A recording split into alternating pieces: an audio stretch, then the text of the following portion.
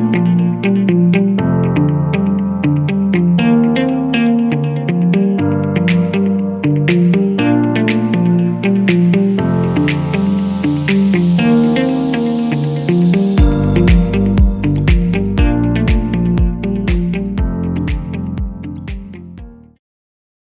everyone, and welcome to our first episode of the Switch Gang interview series. Today, we are thrilled to have with us Oriol Segarra, CEO and founder of the wonderful Barcelona-based startup Bûmerang, a mobile app that empowers citizens to order food conveniently and sustainably for delivery and takeaway through a reusable packaging system. So without further ado, a warm welcome to you, Oriol, and thank you so much for joining us today to share your story with the SwitchCan community. Hi, good afternoon, Olga. Thank you very much for inviting us here in the SwitchCan community and having the honor to be the first ones to get interviewed. A pleasure, Oriol. So maybe before going straight into what you're doing with Bûmerang, tell us a little bit about yourself. Who is Oriol? Okay, yeah, it's always a pleasure. I am born in Catalonia, in a town north of Barcelona, near by the beach, Calella, and always had a good relationship with the ocean or the sea here. Always playing there in the summers. But when I started surfing when I was 20 years old, I started developing a better or more profound connection with the ocean. And then while I was studying in industrial engineering, I finished my studies in a project in the Netherlands called the Ocean Cleanup, where I learned about the topic of plastic pollution and how it was affecting our ecosystems. And on addition to that, I heard about something called the circular economy, which was unheard of that for me at that time, and that really clicked on me because I think that as an engineer who wants to solve problems, I saw that the circular economy can be a solution for our wasteful production and consumption system that we live on. So I started working as a consultant on that topic for a few years, but always had a little, I think, like a little seed of entrepreneur inside of me. And at some point, I decided to start Boomerang, which is my current project, who aims to replace single-use culture with reusable systems. Amazing. I think Oriol already mentioned plastic, circular economy, reusable, disposable plastic. So we can tell that you have a bit this obsession, no, with plastic. I know you for a while now. And just for the audience, where does this obsession come from, and why we should all be a bit obsessed about plastics these days? Well, yeah, it has turned into kind of an obsession, and I know obsession is not like a good, not like a good term or a positive term, but it kind of is, and I think you need to be a little bit obsessed about these kind of topics if you want to do something about it, because otherwise they are so huge that you end up without hope for hopeless, no, to tackle them. But it came from, as I said, starting to practice surf, and so starting surfing and enjoying much more my time in nature, and then seeing how we humans are affecting nature. And plastic was like a very visible and thing that was there. And at the end, when you start going deep into the why this is happening, no, like I think everyone starts on the same point, like I don't want to create waste, and then you realize that it's basically impossible in our nowadays society not to create waste. Like we live in a world that is designed to consume and create waste, right? So that's when I started saying, well, this is wrong and we need to do something about it. And there is a lot to do. Then So that, I think that's why I'm obsessed, and not just plastic, but more on this linear economy that we live in. No? I'm really obsessed about the mindsets and the changing mindsets, changing the way people consume, the people, how people behave and relate to stuff that we own or we use. I think that's more or less my obsession, more than with plastic. Yeah, It does have that plastic it's a topic. positive obsession, let's say, I think.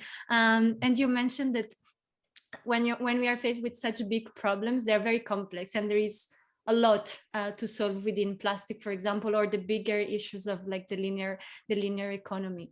And sometimes, like when we are faced with this complex problem, not knowing where to start can be a huge blocker for many of us. So I was wondering, like, how did you get to this intervention? Like, how did you manage to identify this starting point with disposable plastic? Um, I think there is no straight path to it.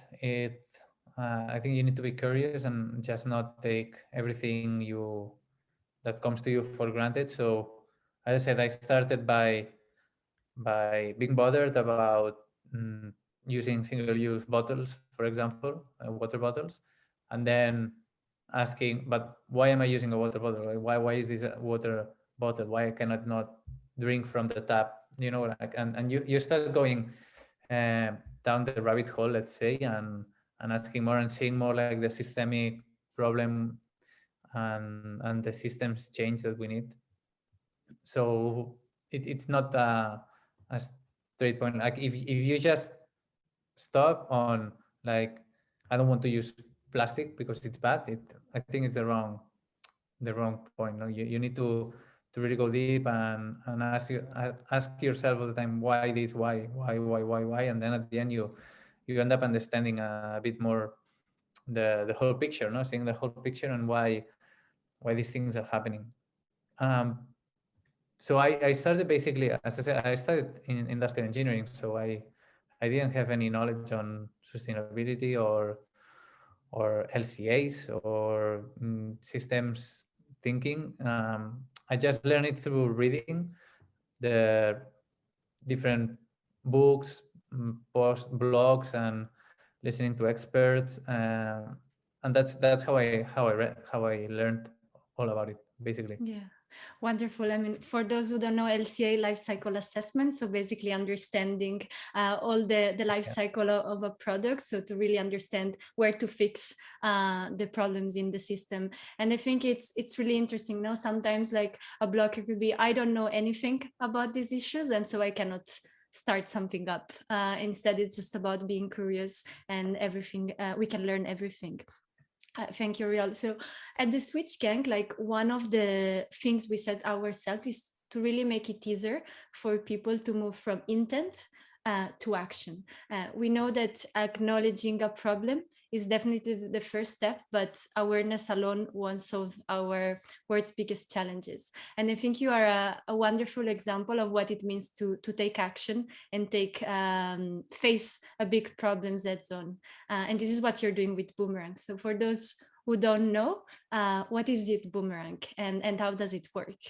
And how does it tackle these challenges that we're facing? Yeah, and sometimes you get blocked by the problem, or no, the overwhelmed by the hugeness of the problem. Boomerang, it's trying to eliminate single-use culture from our society. That sounds big, and then so how we do it at the moment, we do it through reusable packaging systems in takeaway and delivery. So we want to make reuse something that uh, is again available in our society and is something common. We basically have wiped out the reuse packaging from our society, especially here in Spain. So what we try to do with Boomerang is to create these new systems, adapt them to the 21st century and the demands that our society has nowadays, and the way we consume and the way we use stuff, and and then making it with circular economy as our base ground, and our, let's say, our roots are based in the circular economy and the circular business models, and how and and how we envision these systems to work for people and not against us, no?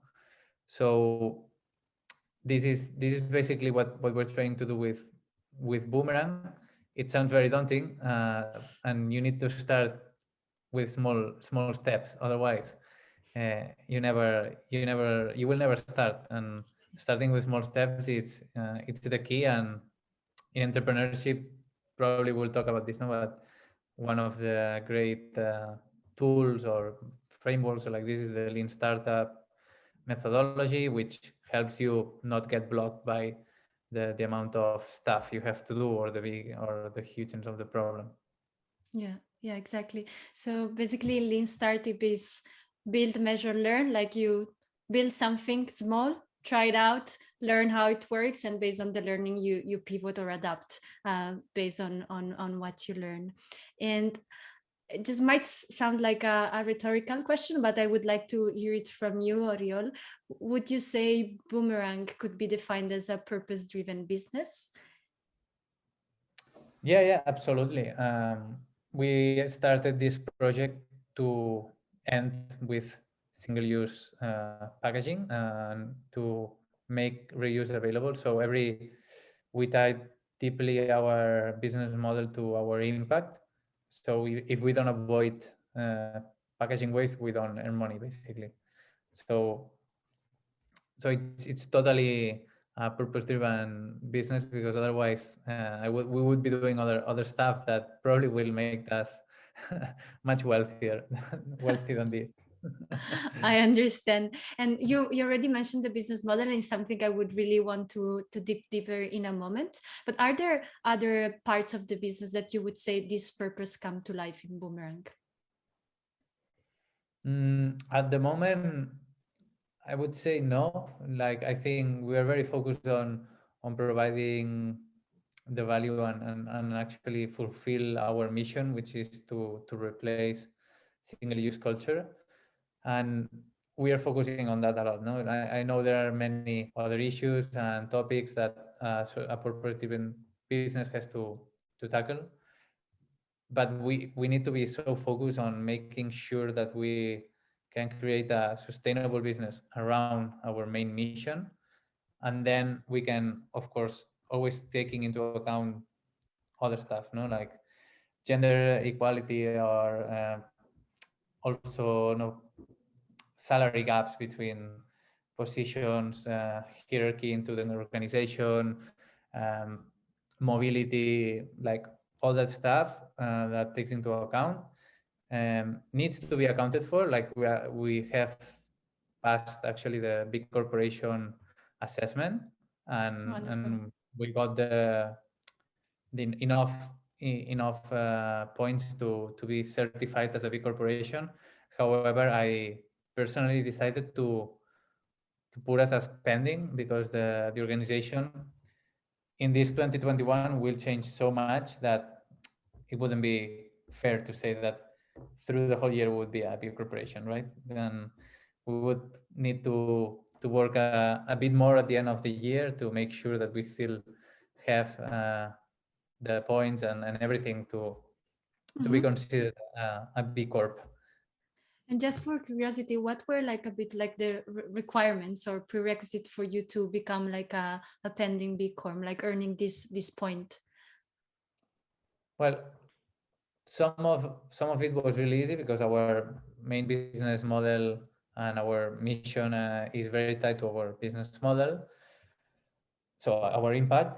But some other stuff that I, for example, didn't consider, like on the governance area, I'm someone who hates all bureaucracies and paperwork, and like, I'm much more action driven, and I just do. But of course, you cannot always be like this, especially when you grow and you start introducing people into the organization, and having a team, and having communication issues, and some transparency, like this. So you need to account for all that. And I think B Corp is a great tool that helps you as an entrepreneur think about all that stuff in a very holistic way. Wonderful. I think it's also very important, as you said, like start small, take the first step, laser focus on the problem that you have to solve, and then think bigger. I think it's great, and I think it's also reassuring for those who want to just start up.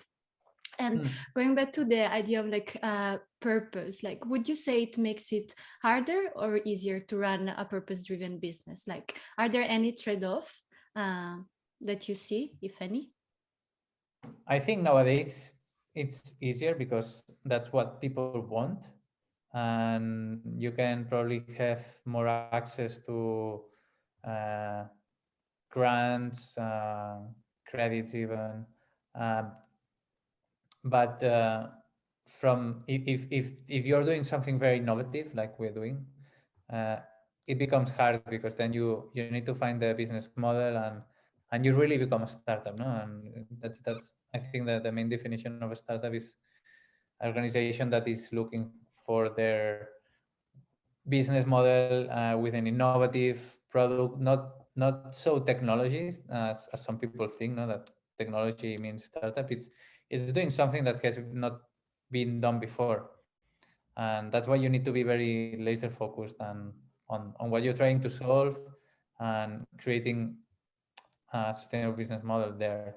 But if you're creating an impact organization that is not so disruptive, and it just takes something from the something that exists already, like a product or service, and makes it more sustainable, or makes it with an angle of social work or like this. You would have, I think you will have a great acceptance from the public and consumers, because we are looking for it. Like everyone is looking for having more meaningful, sustainable, and socially balanced lives. No? Yes, yes. Now, very interesting. And you said it makes it easier also in the face of the consumer. And based on your experience as an entrepreneur, that every day you have to take decisions, how does it affect your day-to-day decision making? Like, were there decisions that you have to say, I choose A over B just because this is my purpose?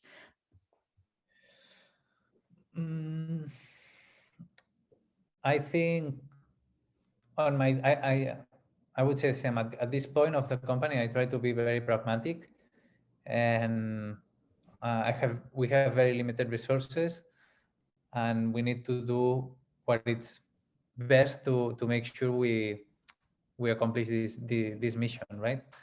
So I try to do I do my decisions based on that. If I can fulfill, if this is something that will make me closer to fulfill my mission, it's a good decision. If it's something that will make put me more apart, or if it will take me longer to get there, at this moment I decide to put it on hold. Maybe if it at this point is a way more sustainable. I mean, if the two options are on the same category, let's say, I will always choose, of course, the one that have a mission or a purpose driven. But as a startup, as a startup founder with very limited resources, I I need to make these decisions that sometimes you may say, oh, but you're an impact driven business. Why you don't have why do you drive a gasoline motorbike? No? And it's, well, like right now my company is having losses at the end of the year. I don't have a salary. No, like, why would I pay more at this point in time? Like, it's not important.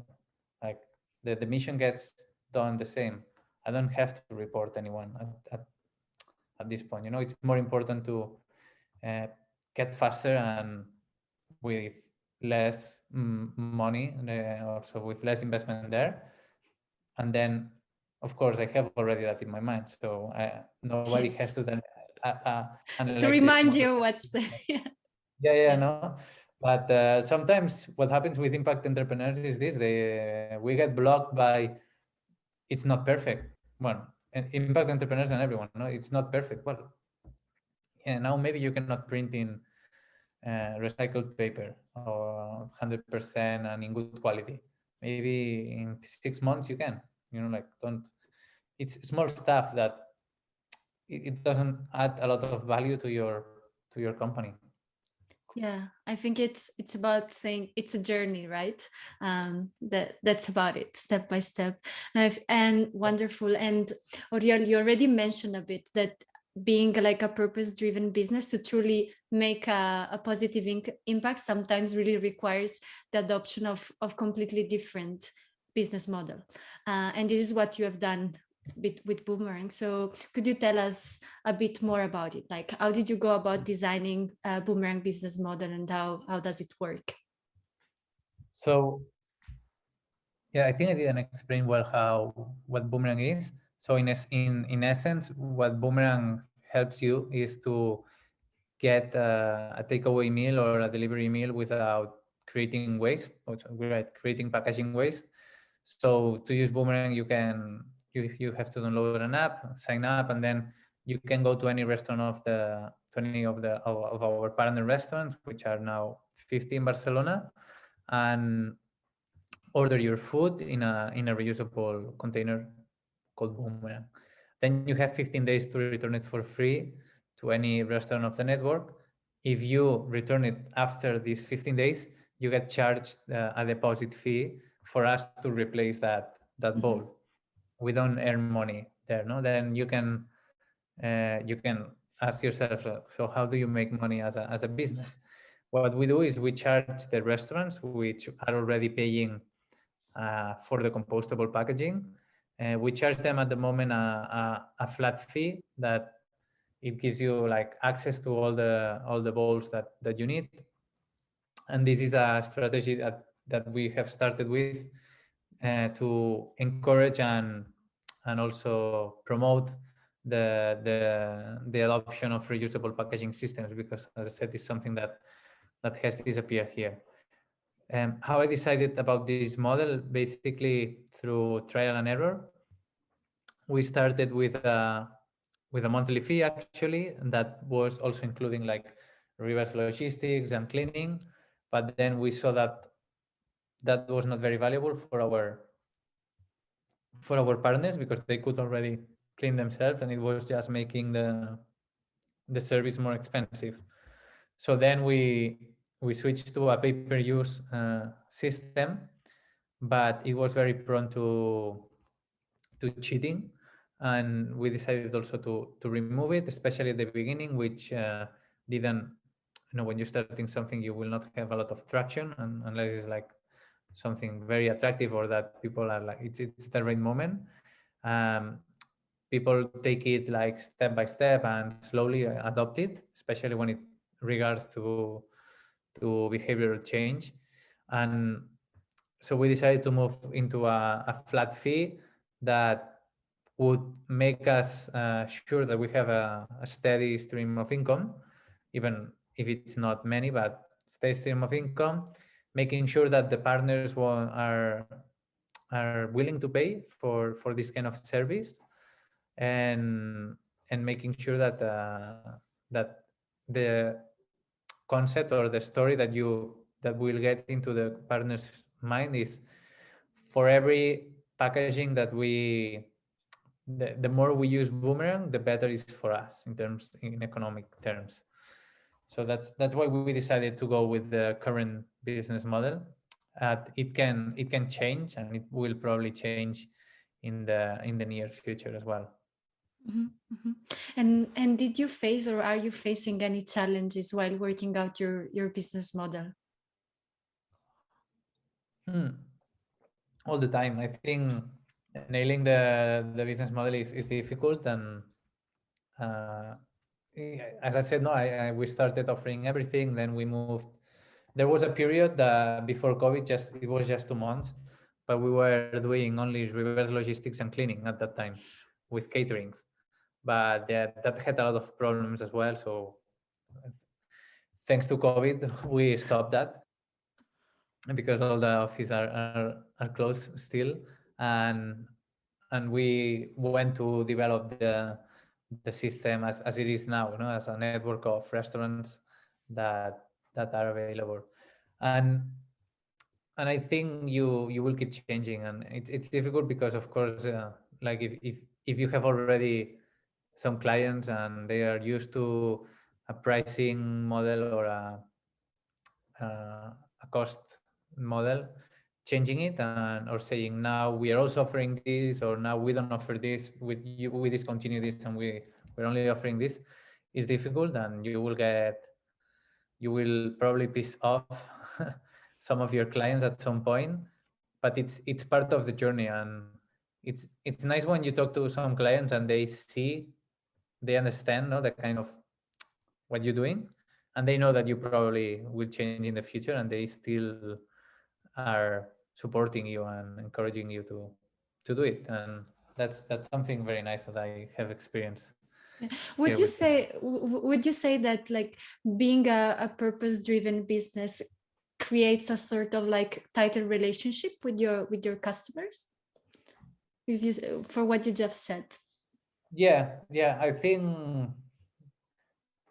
sometimes it's not also very good because they see you as you are only doing good, and if they kind of perceive uh, some business mindset, maybe they don't like it that much. I don't know. They kind of see you as an NGO, which is not an NGO.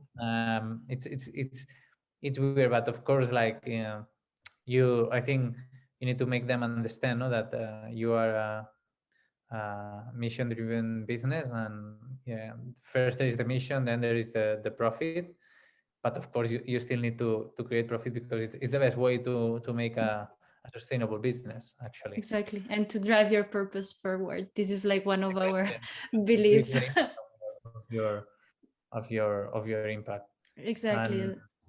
but it creates, I think, yeah, I think people see you more, they are less, how to say it, they are less suspicious about your intentions. Mhm. But Very good. And you can sound very, there are some business that do greenwashing or things like that, no, and you spot them because now everyone wants to be sustainable. yeah, you spot it. And nowadays that trust and transparency is so important for consumer. I think it's really helps to be mission driven from day one.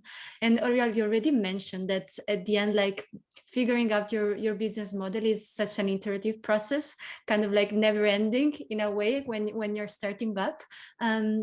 What would be your suggestion to entrepreneurs who are embarking this journey on how would you tell what would you tell them on how to approach like the design and validation of a business model?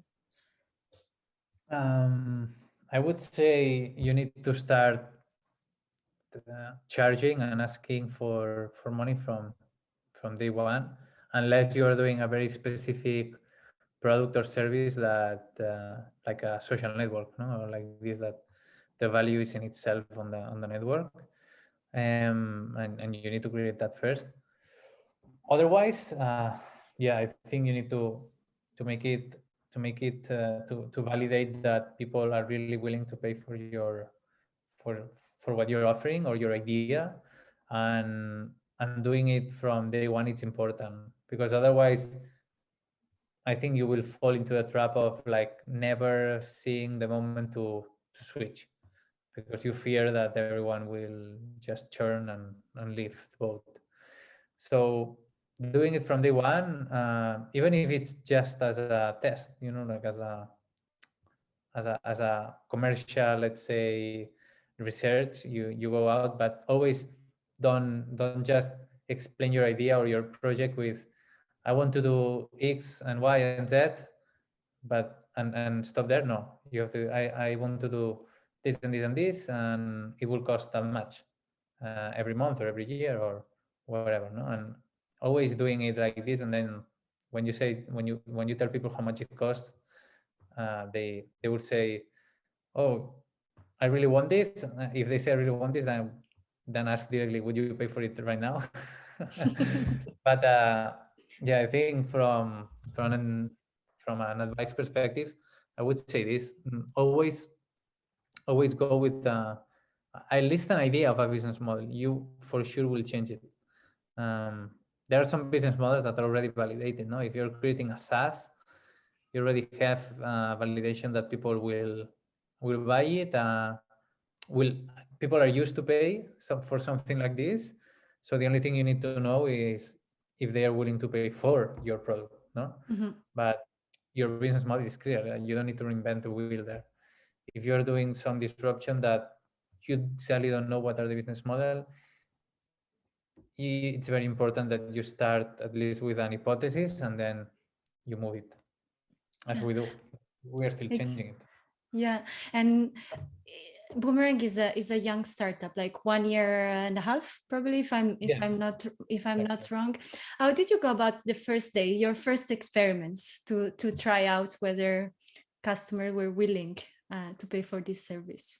How did I? How did you run your first experiments? Because you said that Lean Start was very useful for you, even if you changed. Like, how did you approach the tests? So it was very rudimentary. I developed the MVP, no, the minimum viable product in 6 weeks from idea to execution.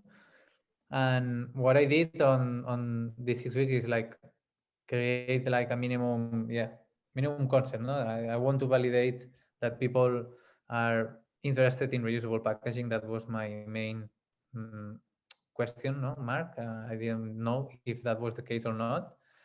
I said, okay, I'm gonna offer this and this, and I'm gonna offer it to restaurants, and I put myself a target of having 3 restaurants on board on for the first trial, and then giving I was saying the price, but I was giving them the first 3 months for free as a test, and then they could continue paying for the service.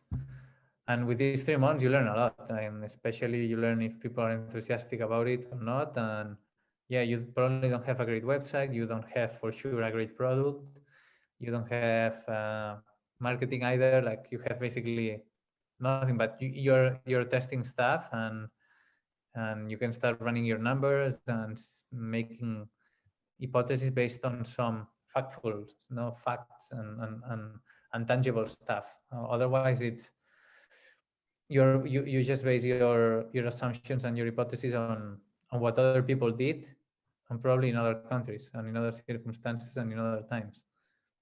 So it's it's starting. Yeah, I cannot emphasize that enough. You just need to start as soon as possible, as fast as possible, and as little as possible as well. Great. I think it's super important what you've just said about collect your own data to really understand whether your idea will work. Super relevant. And Oriol, you already mentioned at the beginning that at the end, like, yeah, plastic was like, let's say, the external like problem that we can see, but the real root cause is kind of like challenges this linear economy of take make waste to make it circular. So Boomerang really is born as a circular startup. I was wondering if you could explain our audience, like, how is Boomerang circular, and how would your business model be different if it actually would perpetuate the linear economy that we are now in? So basically, the business model for Boomerang is a product as a service. So instead of we selling the bowls to the restaurants, we keep ownership of them, and we just lease lease them or rent them out to our restaurants and our or to the system. No, we put them in the system, and then they circulate, and when they wear off or get damaged or whatever, they come back to us, and then we are responsible for the recyclability and making sure that this product will not end up in a landfill or incinerated or in the ocean, and that something valuable will be made out of it. that's the main point why our business it's based on the circular economy. No, we stop selling stuff and we start um, giving services. That so you replace the product as the main topic, and it comes with some challenges on the business side of it, because if you are selling bowls, no, I buy 10 bowls for 100 euros and I sell them for 200, no, and with the revenue I got from the 200, I buy more bowls, and that's how you make something big in the linear economy. No, Yeah. you reinvest profits from selling those products back into buying more products, and that's how you make that big. In the product as a service, or when you change from offering services to offering products to offering services of those products, you still need to buy the 100 euros in advance to provide the service. But then instead of getting 200 in the first month, you get maybe 20 on the first month, and you will get the 200 in the following year. Yeah. So that creates that if you want to grow the business, you need to buy more balls with money that you have in the bank, or with credits, or with loans, or so the financial side of the circular economy is really tricky, and something that I'm realizing going through the journey of creating Boomerang is that there are no financial services at the moment that are developed for the circular economy, because Mm. all the financial services or the manufacturing, so provide suppliers, are all tied to the linear economy. So they always ask you, okay, so for how much are you going to sell this? I'm not selling it. I'm giving a service.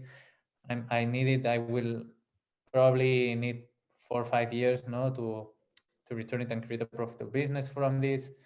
They're not interested on that.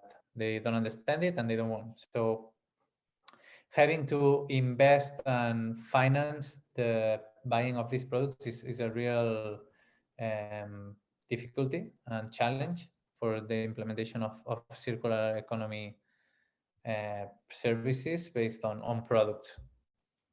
Very interesting. So it's really a long-term game, I think, like creating an impact. And I think it's the big difference. Now, right now, the business have always been focused on short-term profits, and now to really make a difference, you have to be long-term focused. Yeah, yeah. It's necessary. I mean, you can still make something big and impactful, and that creates huge revenues with circular economy and models. And it can be fast. It's just that the financial requirements are different. Yes, yes. Awesome. And it's a model that also requires of the collaboration and extra effort of multiple stakeholders. No, in your case, customers, restaurants, and Boomerang all need to make the extra effort if you want to make it work. I'm curious to hear your view on this. Yeah. No, our economy has been based a lot on convenience. I think now there is a race for um, grocery delivery in 10 minutes in Europe. Like this is the new thing that everyone wants or seem to want. I personally don't understand it. No, why would you want the other one in 10 minutes? I think it's stupid, but people seem to want that. Yeah.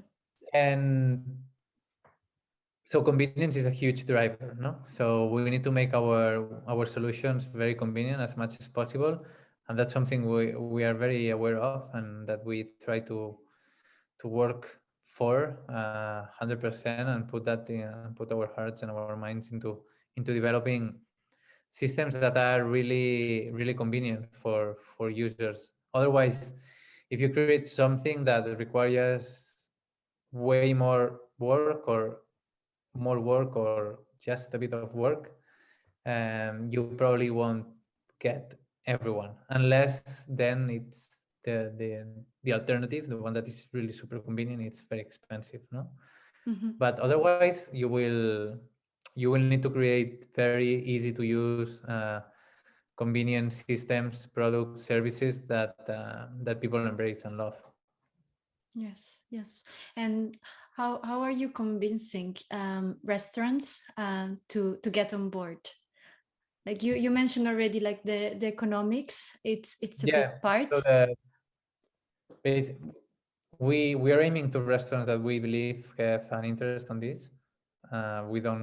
We select and we tailor our approach to these restaurants, and what we tell them is that the polluting with single use, whatever the material is, it's not an option, and that it needs to change and it will change, and that Boomerang is now the solution that makes available this in just a switch. Like, you don't need to invest in any packaging, you don't need to invest in logistics, in setting up deposit systems. You just need to sign the paper, and we bring you the balls, and you're ready to roll on. So it's very convenient for the restaurant on that side. It requires it a little bit of work, because they have to hygienize the containers, but it's not that much for a restaurant that they already have some downtime that they can use the dishwasher, for example. No, that's something we didn't know at the beginning, and we convinced him at the beginning, basically by saying, like, stop buying single-use packaging. I think that's one of the main things they like Boomerang, that you don't need to keep buying more and more and more packaging every week. Yeah, yeah. So in a way, it also reduce costs in terms of both times and products that they have to buy. And I think it's interesting. You mentioned that you really select the restaurant. So how do you profile? Like, what's the profile of the restaurants you're trying to target with Boomerang? At this moment, the restaurants that perform the best are the ones based on on some restaurants that have sustainability values, or they have sustainability as one of their main values. Healthy restaurants, vegetarian, vegan, like places where people who are a bit already, let's say, aware of the problem, and that they are seeking solutions, they go there. No, these are the main restaurants, the main our early adopters. No, that it's said. Yes. These are the ones. Interesting is about choose to work to people that believe in what you believe. I think it's a great start Yeah. for people that or businesses that are more purpose driven, at least to get started. um, and what about consumers? Like you mentioned also that it's about changing our behaviors, because we are not used to bring back something and work at a product as a service system. How do you nudge, if I could use this word, consumers to adopt Boomerang?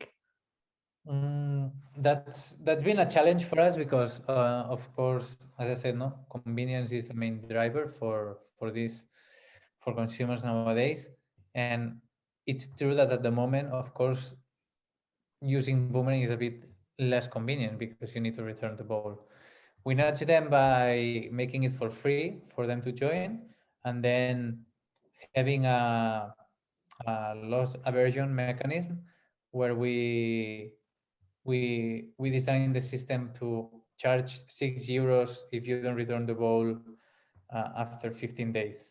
So sorry, before 15 days that you took it from the restaurant. So if you take more than 15 days, you will get charged €6 per bowl, and that gives us 99% return rates. So it's great. Awesome, very good. Amazing. I think like the power of behavioral economics put into good use. Great. Exactly. um and COVID, I mean, we are still in COVID time, and it has forced everyone to be more adaptive. You mentioned that COVID also brought some positive things for Bûmerang, for example, when you were talking about the business model. So I'm curious to hear from you, how did you live this experience when it started, and how is it going now? So when it started, it was a real shock because we had to stop everything, all the operations. But well, as we entered this era, I think people also understood that we cannot just sit around and wait for everyone to do something. It needs to be ourselves. And then I think as soon as everything starts to open and everything starts to recover, we will see a huge spike on interest on products and services like Boomerang. So it didn't help at the beginning, but I think it's gonna help in the long term, and it's gonna bring positive stuff. But at the beginning was really hard. It was also a good moment for us to stop and pause and think. But but yeah, it was the first 2 months were really weird as well because we were focused on office buildings and caterings, and for 2 months it seemed like in June we're gonna go back to normal, and then it just got totally clear in July that yeah, life would be very different for the next at least year. And how is it Boomerang performing today, if I may ask? It's doing well. It's growing month by month, week by week. Of course, as the founder, I always want to go faster and healthier, no? But it's also difficult. I think now we don't experience this that much, but in September, October, November, when restaurants were like very needy about on resources, we were calling a lot to restaurants and having responses like, no, we're shutting down, or we're not opening until this finishes. So there is a lot of opportunity not being um, not being exploited at the moment because of offices shutting down and restaurants being closed. But it will come, and when it comes, we will be ready. And that's the great thing, that this year will serve us, or years will serve us to become better and be ready for when everything starts to roll full speed. Wonderful. I mean, at the end, like you're growing even in this time of difficulties. What would you say have been the key success factors or the ingredients that brought you here despite the challenges that we are all facing in this situation? That brought us here, where? What do you mean? Now that you started, you had to pause, completely change your business model. COVID is still here, but now you're growing fast and getting better every day. So what would you say that has enabled this? Maybe it's even within your team. I don't know. Anything that you think Oh, of helped you course, like guys? having a team is crucial. Like, I think that's the main difference. But basically, yeah, as I said, we are testing a lot of stuff, so we don't have clear the business model. That means we are not profitable at the moment, and we lose money every month at this point, and we need to get a team to make this happen, no? So having investors, and it's very important, and having people that trust in you, it's it's basic to overcome this this valley of debt that we are in at the moment, and having people that really trust on you, even, both in both sides, both as the team that you're working with, which is, our team is awesome. It's very talented, and they are very driven for our mission, and also having the investors aligned with what you're doing, and understanding that the situation is this one, no? And not pushing you get to the expected results, or have everything clear, crystal clear, because everything changes on a weekly basis. Yes, yes. And now the $1 million question. Would you say, even if it's take longer, that this type of businesses that put people and planet first over profit could be successful in the long term?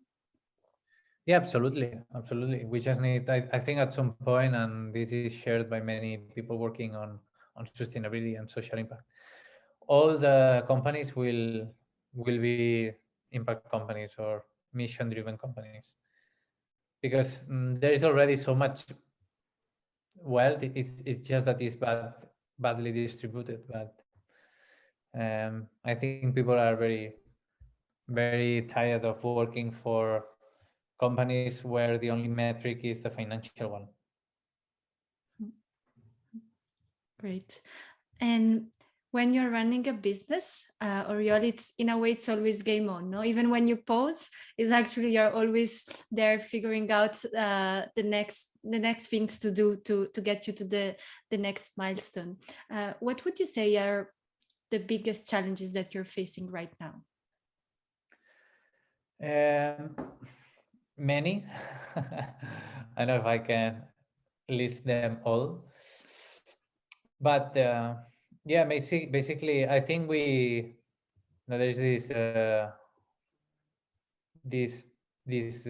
concept of the product market fit in the startup world.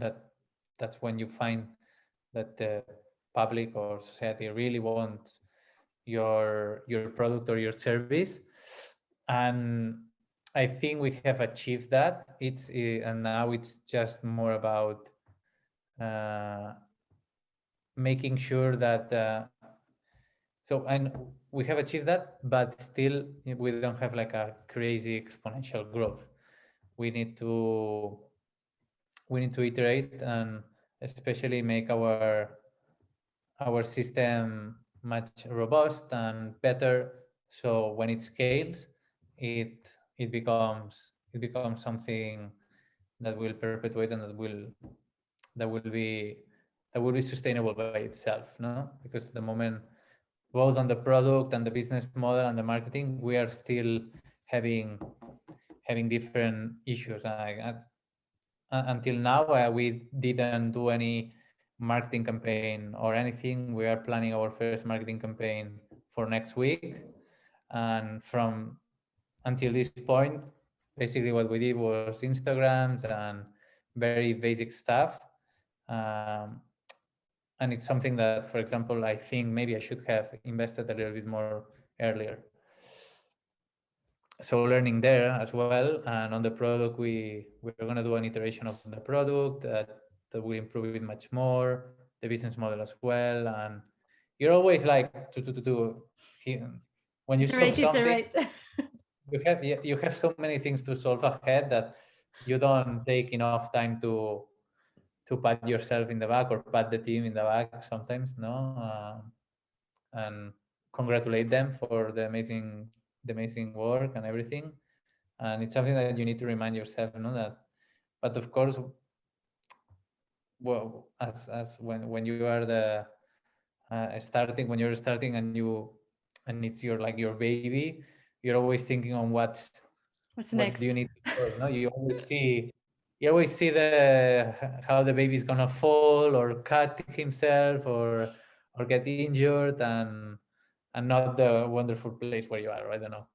Yeah, no, I think it's a wonderful metaphor, and also remind ourselves to take the time to celebrate the great work. And I would say not just your team, but yourself as well as a founder, for the great work you're doing, which is not easy. And if you could put together a wish list of support, what would you write in this list? A wish list of support. Well, I think having more financial advice for me would be very useful, as well as technical on the very product side, no? On the analytics and marketing. I think when you're starting something like a startup, it's very crucial to have someone having resources on the on the on the product, on the business, and also on the marketing. If you have access to these three support, it's very important. And if your role is as a CEO or as a leader on the company, I think nobody teaches you how to be a good leader. And it's something that, for example, like I question myself a lot, no? And I ask myself, how can I be better on leading, on communicating with the team, on being transparent, no? And supporting them. And it's something that you need to learn by yourself, like maybe reading books or attending conference or going to therapy or like this. But nobody teaches you, and I think nobody no it's not teach anywhere, no?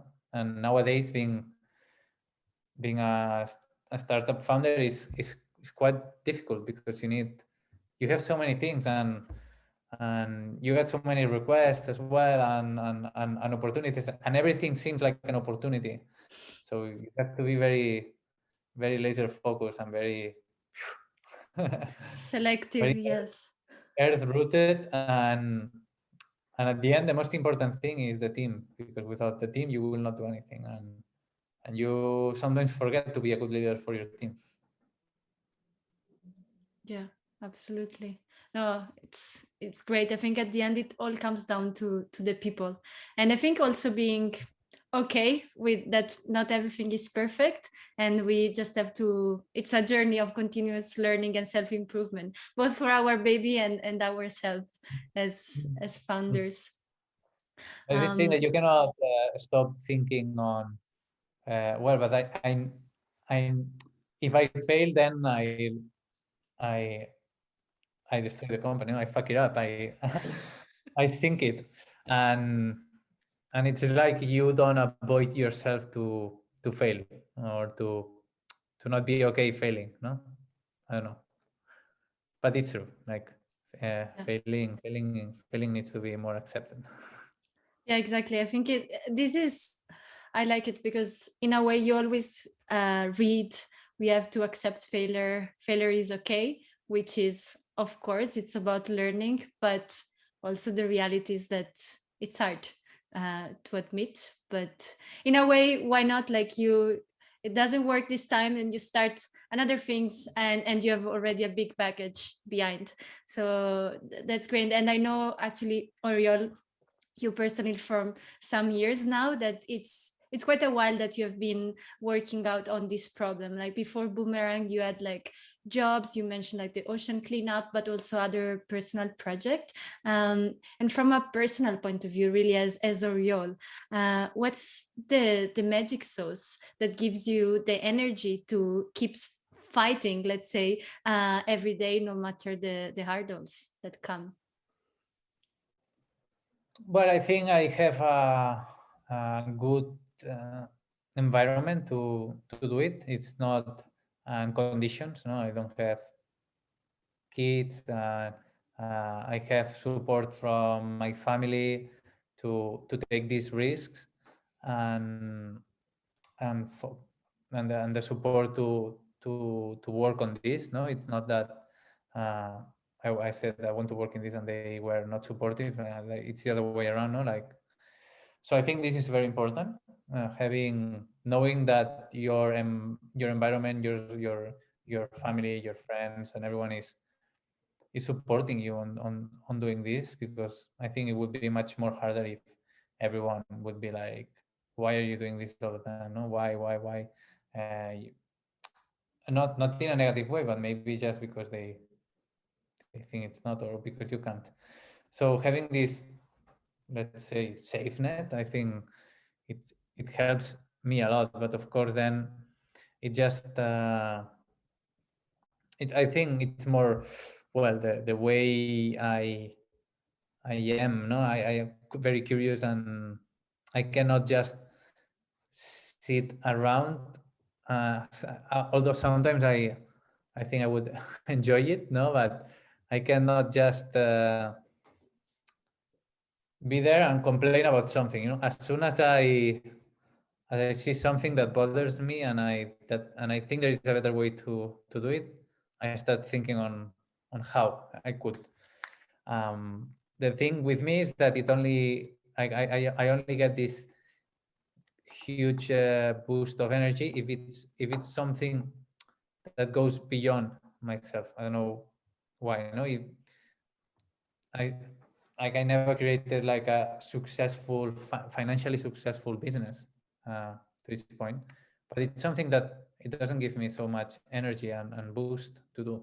Like it always needs to be something that has positive impact. Probably maybe just our generation that is more like this,